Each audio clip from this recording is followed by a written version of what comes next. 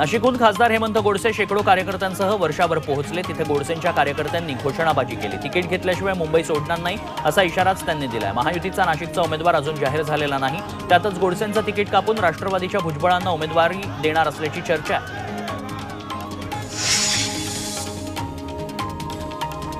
महायुतीत नाशिक लोकसभेची निवडणूक घड्याळ चिन्हावरच लढली जाईल असं अन्न आणि नागरी पुरवठा मंत्री छगन भुजबळ यांनी स्पष्ट केलंय। या मतदारसंघात आपल्या नावाची चर्चा होती, त्यावरून अजून काही ठरलेलं नाही असं त्यांनी सांगितलं। तसंच आपण देशात राहायला इच्छुक आहोत असा सूचक विधानही त्यांनी केलंय।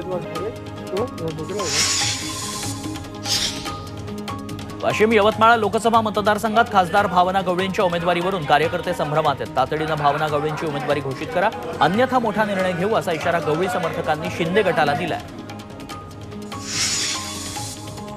शरद पवार गटानं ट्विट करत भाजपची पोलखोल केली आहे। 2014च्या लोकसभा निवडणुकीत भाजपनं प्रचारावेळी अजित पवारांवर 70,000 कोटींच्या सिंचन घोटाळ्याचे आरोप केले होते। त्यावेळच्या जाहिरातीतील आजोबांना सोबत घेऊन पुन्हा भाजप प्रचार करताय। मात्र 70,000 कोटींच्या सिंचन घोटाळ्यावर मौन बाळगलंय असं ट्विट पवार गटानं केलंय।